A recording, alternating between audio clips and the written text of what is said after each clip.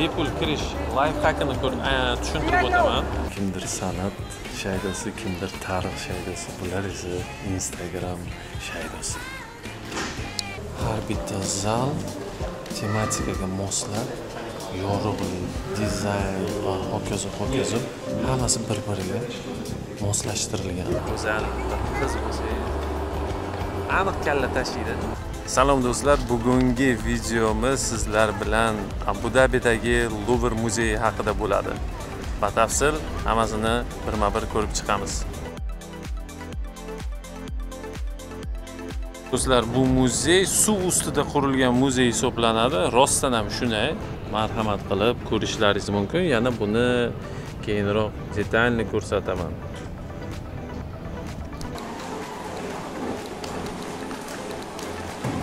Birinchi navbatda siz chipta xarid qilishingiz kerak. Buni onlayn ham olishingiz mumkin yoki shu yerga kelib olishingiz ham mumkin. Va mana bu yerda Louvre muzeyining maketi ham mavjud. Marhamat qilib qarashingiz mumkin. Butunlay umumiy olganda barcha muzey obyekti, Louvre obyekti suv ustida joylashgan. Bilet diskount bormi dedim, sayohatchi gidlarga va hokazo davlatingizni tanishtiruvchilarga oldin bor edi dedi, lekin hozir afsuski yo'q.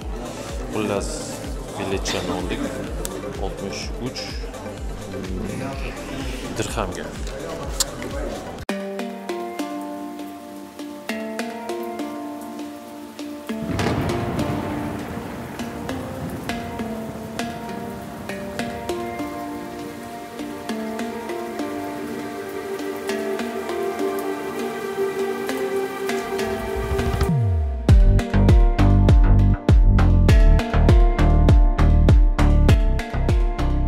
Kelinglar, yaxshi video boshida Abu Dhabi Louvre muzeyi haqidagi bir nechta qiziqarli ma'lumotlarni aytib o'tsam, keyinroq yana o'sha yerdan olingan obzorlarimga qaytamiz. Bu muzey arab olamidagi birinchi universal muzey hisoblanadi. Shundan ilhomlanishgan bo'lsa kerakki, shunga o'xshash yana ikkita muzey qurilmoqda. Birinchisi bu Solomon Guggenheim muzeyi. Bu muzey dunyo bo'ylab bir nechta filiallariga ega va oldingi videoda qisqacha aytib o'tgandim, Shayx Zayed nomidagi milliy muzeylar. Ikkalasi ham 2025-yilda qurib bitkazilib ochilishi kerak. Eng qizig'i, Louvre degan nomni ishlatish uchun Fransiya hukumatiga amirliklar naq 525 million dollar to'lashgan va bu nom faqat hozircha 30 yil uchun to'lov. 30 yildan keyin yana anchagina pul to'lashadi yoki nomi o'zgartiriladi. Bu o'zgartirilgan taqdirda ham 30 yil ichida barcha odamlar Abu Dhabi Louvre deyishga ko'nikib qolishsa kerak. Yoki meni o'ylashimcha, amirliklarga xos xarakterda maydalashib o'tirmay, yana bir necha yil uchun yana bir necha million dollar to'lashsa kerak. Muzey ichidagi qadimiy artefakt va san'at asarlari uchun yana qo'shimcha 750 million dollar to'landi. Bu pul faqat ijara uchun, sotib olish uchun emas. 750 million dollar, bu 750 million dollar narxga san'at asarlarini ijarasidan tashqari Parijdagi Louvre muzeyining xodimlarining maslahatlari, menejment va har tomonlama qo'llab-quvvatlash kiradi. San'at asarlari hech qanday past sortdagi 3-4 darajadagi emas, balki dunyodagi mashhur bo'lgan Picasso, Van Gogh, Da Vinci, Monet, Bellini va boshqa yetuk insonlarning asarlarini ko'rishingiz mumkin. Va bu asarlar doim yangilanadi va o'zgartirilib turadi. Binoning qurilishiga esa naqd 600 million dollardan ortiq pul sarflangan. Endi hisoblab chiqing. Louvre nomi uchun qancha to'langan, eksponatlarning ijarasi uchun qancha sarflangan va bino qurilishi uchun juda qimmat, 1 milliarddan oshib ketadi. Muzey ochilishi bir necha bor qoldirilgan va nihoyat 2017-yilda ochiladi. Va bu ochilishda Fransiya prezidentlari Jacques Chirac va Emmanuel Macron ham qatnashishadi. Qurilish usuli juda ham qiziq. To'laligicha suv ustida qurilgan zal binolari va uning ustida bir necha qavatli temir panjarali gumbaz. Gumbaz girixsimon yulduzlar bilan to'la. Adashmasam 8000 dan ortiq o'sha metal yulduzlar bilan bezalgan. Arxitektor esa dunyoda mashhur bo'lgan fransiyalik Jean Nouvel. Bu muzey qurilishiga qarshi bo'lganlari ham bo'ldi. Fransiyaning bir qancha san'at namoyandalari birlashib 4000 dan ortiq imzo yig'ib qarshi chiqishdi. Ularning fikriga ko'ra san'at sotilmasligi kerak va bu millat boyligi va shunga o'xshagan gaplar. Menimcha san'atdan butun dunyo ko'rishi va zavqlanishi kerak deb o'ylayman. Masalan, hozirgi meni vaziyatimni ko'rib chiqsak, agar Louvre muzeyini ko'rmoqchi bo'lsam, Fransiyaga borishim kerak. Fransiya uchun menga Schengen viza kerak. Aviachiptalar ham unaqa arzon emas. Nima qilib bo'lganda ham yetib olgandan keyin turna-qator navbatlarda turib, anchagina qimmat narxga biletni olishimga to'g'ri keladi. Va undan boshqa yana turli xil xarajatlar. Louvre Abu Dabida esa men bepul 48 soatlik tranzit vizani qo'lga kiritdim. Samarqand Abu Dabi $30. Shahar ichidagi 94-avtobus uchun yana 2 dirham. Muzey bileti uchun 63 dirham va olam guliston mazza qilib muzeyni aylanib chiqdim. Xullas, agar sizlarda ham imkon bo'lsa, albatta Louvre Abu Dabi muzeyiga boring. Agar bolalaringiz bo'lsa, albatta ularni qoldirmang. Ularni ham olib boring, chunki ularni dunyo qarashi uchun, fikrlashi uchun va kelajakdagi motivatsiya uchun bu muzey kattadan katta o'ringa ega deb o'ylayman. Agar siz berilib ketgan Instagramchi bo'lsangiz, bu haqiqiy siz uchun jannat kabi joydir. Chunki ham san'at asarlari, ham arxitekturadan to'laligicha zavq olib, chiroyli reels va postlarni tayyorlashingiz mumkin. Shuhrat Voyager recommenduyet. Endi esa sizlar bilan video obzorga o'tamiz va o'zimning taassurotlarim haqida. Marhamat.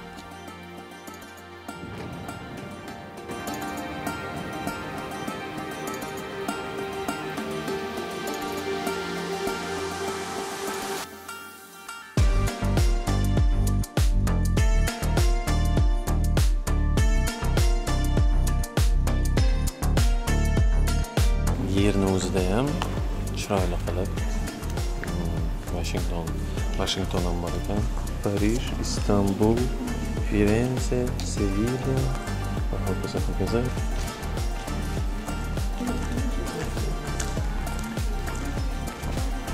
Bir qarashda nimaligi, nima uchun ma'nosini topish qiyin narsangiz. Qayerni bu haykalchalari va hokazo. Diqqat bilan pastga qaraysiz va hammasi chiroyli qilib inglizcha va fransuzcha va arab tillarida yozilgan. Shunasini esdan chiqarmang.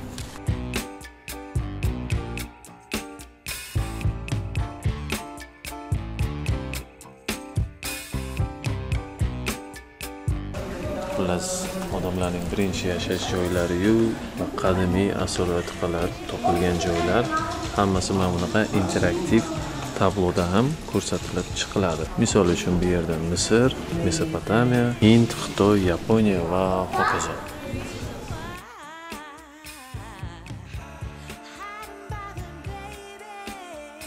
Yana bir qiziq tomoni shundaki, ora-orada mana bunaqa oynalar uchrab turadi. O'zingizni aksingizni ko'rasiz, lekin boshida o'ylaysizki, bu boshqa bir xonaga boshqa mana bu sayohatchilar tomosha qilib turibdi deb.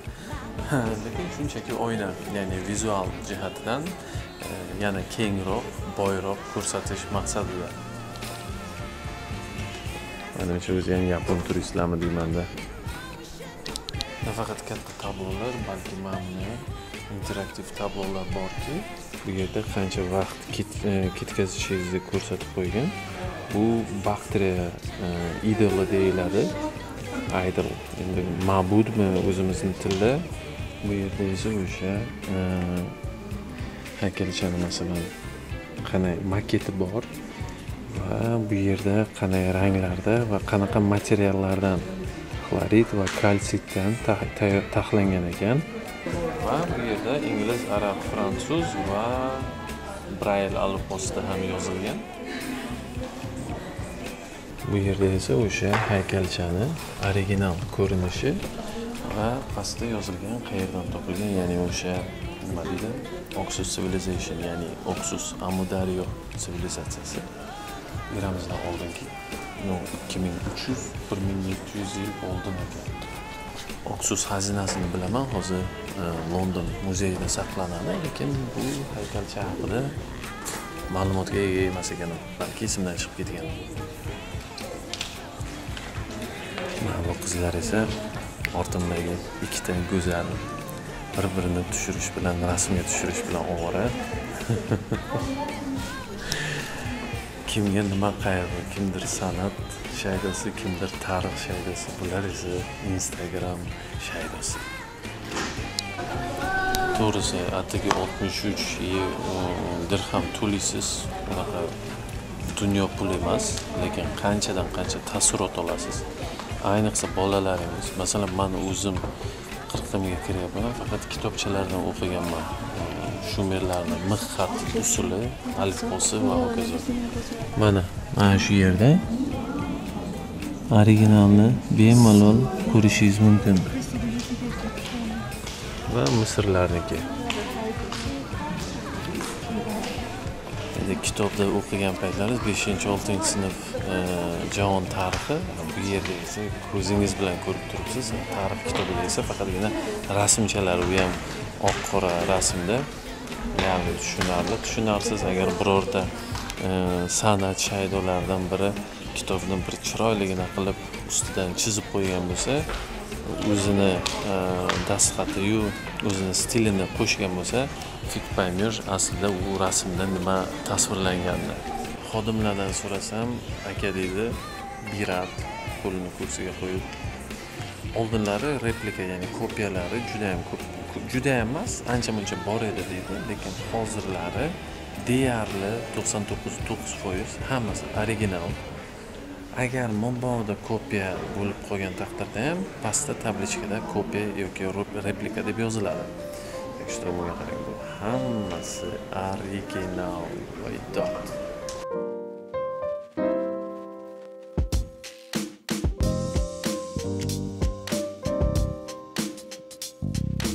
Har bitta zal tematikaga moslab, yorug'lik, dizayn va hokazo hammasi bir-biriga moslashtirilgan. Misol uchun bu yoqda mumiyani sarkofagi, bu yoqda misol uchun o'sha hayvonlarni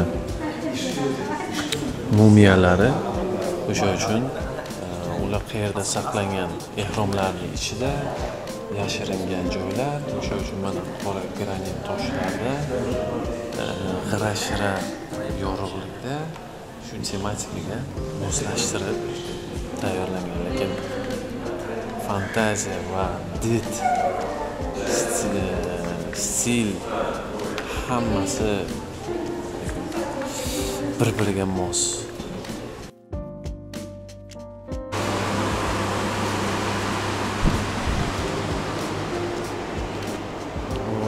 Bu yog'i o'zgacha.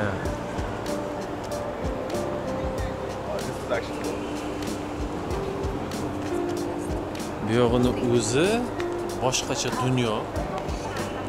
Mana misol uchun mana shu oddiy marmar devor emas, balki bu o'sha shumerlarning mixxatida yozuvlar yozilgan va shu yerning o'zida yo'q. Har xil ekspozitsiyalar mavjud, marhamat. Lekin ichkari men buni o'qigandim, bu muzey haqida ancha ma'lumotlar o'qigandim. Aytilgandiki, bu gumbazning o'zi hech qanaqa yopiq emas. Mana balki mana shu yoriqlardan bir necha qavat mana shu karkas ketadi, har xil figuralari, shakllari, geometrik girixni eslatadi. Girix shaklda. Bu bir necha qavat. Bir necha qavat bo'lgandan keyin oralaridan mana bu quyosh o'tadi-yu, bemalol mana shu zalga, hovliga tabiiy nur tushadi. Endi shunda menda bir savol paydo bo'lgandiki, qanaqasiga bu, masalan, kartinalar bor, rasmlar bor, miniatyuralar bor, haykallar, yog'ochdan va har xil materiallardan tayyorlangan narsalar bor, ekspozitsiyalar bor. Bu namlik, quruqlik, havo, yomg'ir oyda yilda bir yoqsa ham u chakka o'tib zarar tegadi-ku deb o'ylardim. Yo'q, bilishimcha hozir kirgan galereyalarimiz, zallarimiz hammasi mana shunaqa binolar. Va bu binolarni ustidan esa bu gumbaz ekan. Men o'ylagandim, bu gumbazni ichida, lekin gumbaz bilan mana bu binolar orasida masofa va ajralib turibdi, hech qanaqa bitta obyekt emas. Hozir mana shu yoqda chiqdim, qo'llarim ho'l bo'lib ketyapti, chunki namlik juda ham baland. Sal oldinroq aytganimda bu suvni ustida qurilgan. Misol uchun mana ko'rinib turibdi suv. Albatta havo issiqda bu parlanadi va namlik juda yuqori darajaga yetib boradi. Sizlarga 65 dirham yo'q 63 dirham to'lamasdan bepul kirish lifehackini tushuntirib o'taman. Ne благодарите deganlaridek, siz biron joydan mana shu chet taraflardan mana to'g'ridan masalan suv havzasiga kirasiz va shu yerga suzib kelasiz asta-asta ko'zga ko'rinmasdan. Va mana shu yoqlardan ostagina chiqib bemalol mana bu yoqdan muzeyga kirib bilasiz. Ne благодарите.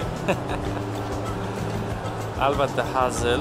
Bu yerda mana bir piratimiz turibdilar. Piratimiz nima uchun? Mabodo biror kishi selfie qilaman deb va hokazo rasmlarga tushaman deb mana bunga o'xshab masalan qiz tushiryapti dugonasini bu yerda. O'sha bitib bir adashib bir kameraga qaragan payti yoki qayrilib va hokazo har xil voqealar bo'lishi mumkin. Yiqilib ketganda mabodo suzib bilmay cho'kib ketadigan bo'lsa, mana bu yoqda qutqaruv krugi doirasi deydimi o'zbekchada. Mana bu akamiz bor. Spasateli Malibu bo'lib, kalla tashab sizni qutqarib chiqishga tayyor bo'lib turibdi. Bilib turibman, agar siz chiroyli ketib borgan bir xonim, go'zal bir qiz bo'lsangiz, aniq kalla tashlaydi. Menga o'xshagan yoki любой erkak bo'lgandan keyin krugni oladi-yu, marhamat, ushla, cho'kma, o'zing chiqavermasan deb suvga kirmayman deydi. Bu aniq.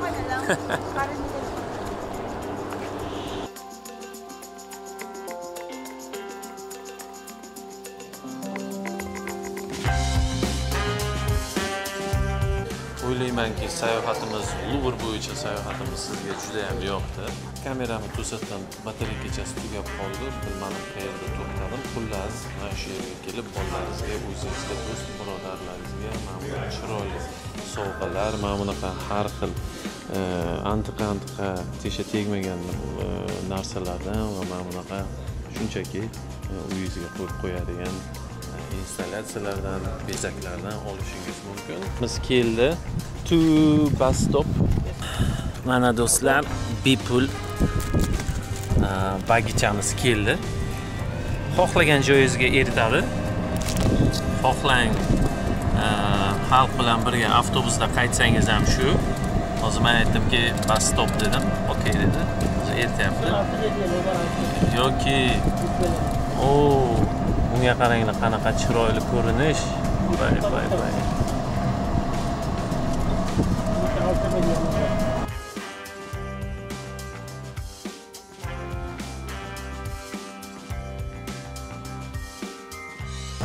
O'zi eritib berish kerak. Avtobus ostanovkasigacha dedim. Xohlasangiz taksi parkovkasigacha yoki mashinalarda ketsangiz mashinangizni parkovkasigacha eritib berish kerak. Aylantirib ekskursiyachilar qildi. Endi buni qadrlash kerak. Bunga qarang, vidni. Bay. Biratjonimiz. Thank you sir. Keltirib qo'ydi, ekskursiyalar qilib, aylantirib. Uzr dedim. Mayda yo'q edi dedim. Bir hovuch tangalar bor edi. 8 mi necha? Nima deydi? Obed qiladi, ujin qiladi, yengilgina. Sendvich oladi. Biz shuni ham bepul bermasak ham hech narsa demaydi. Mana endi avtobuschada hozir qaytamiz. Bu yerga 94-avtobus kelar ekan. Video yoqqan bo'lsa, like bosing, do'stlaringiz bilan ulashing, kommentariyalar yozing. Iloji boricha sizlardan qo'llab-quvvatlayman desalaringiz mayli, agar masalan necha yildan beri karta raqamimni qo'yganman, donat qilib tashlaysizlarmi deb hech qanaqa sado yo'q, mayli unisida hech gap yo'q.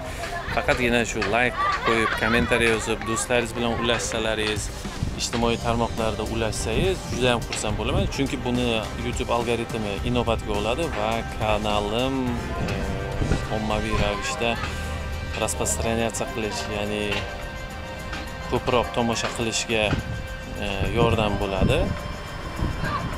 O'ylaymanki, to'g'ri tushunasizlar. Shu bilan videomiz o'z nihoyasiga yetdi. Keyingi videolarda ko'rishguncha doimgidek ciao.